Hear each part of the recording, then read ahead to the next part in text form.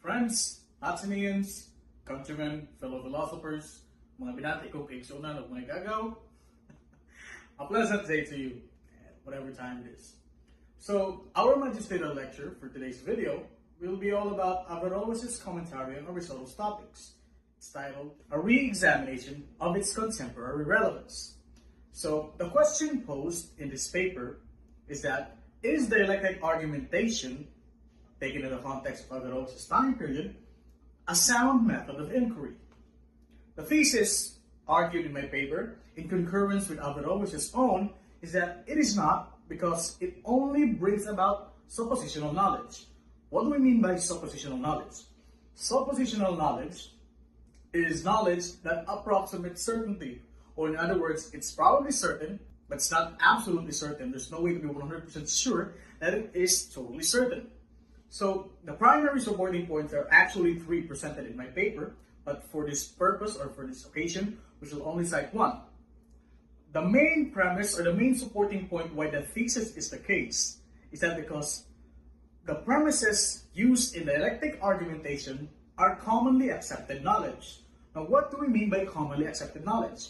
Commonly accepted knowledge is knowledge that is accepted by a certain community or a social group, not because they are factual or they correspond to reality, but because they are widespread or they are held by the majority of the population.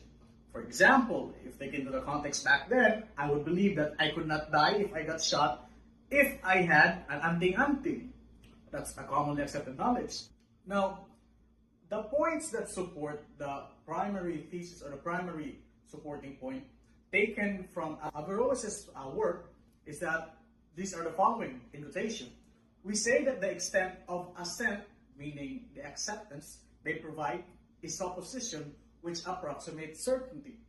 That is, that this is the extent of assent this art provides, is apparent from the definition of arguments providing it, since the dialectical argument is a syllogism composed from widespread, generally accepted premises.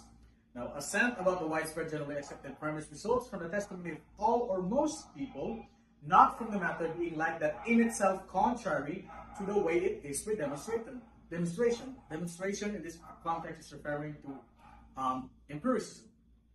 So, the supporting points that I've taken from the secondary references, first one is from Northway, that it is dangerous when we use commonly accepted knowledge in our premises instead of facts.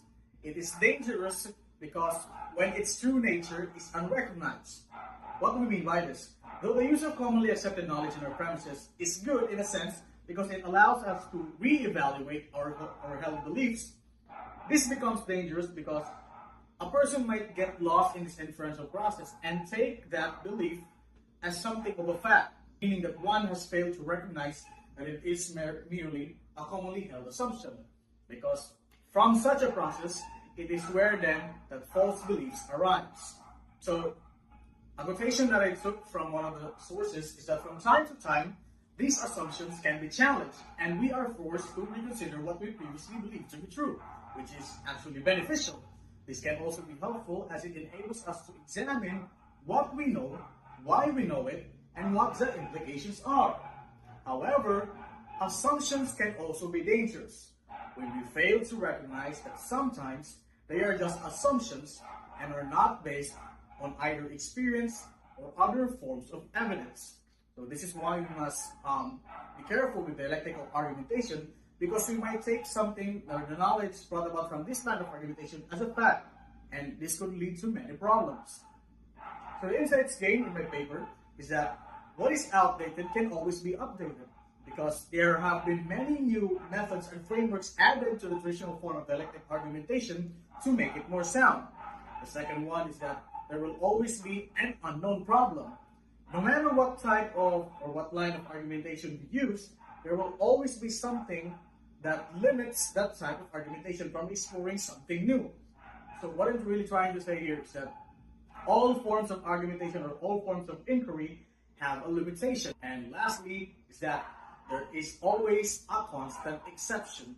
So no matter what line of argumentation you use, or even if dialectical argumentation paired with empiricism, there will always be exceptions to the rules and the conclusions brought about by such a type of reasoning. So in conclusion, to end this magisterial lecture, is that if dialectic argumentation uses commonly accepted notions, such as presented earlier, it is not sound. However, if it is paired up with empirical knowledge, such as with many other new frameworks that have been added to dialectic argumentation or its traditional form, then it can become more sound, increasing the assent it provides. Or in other words, if paired with empirical knowledge, then it is sound.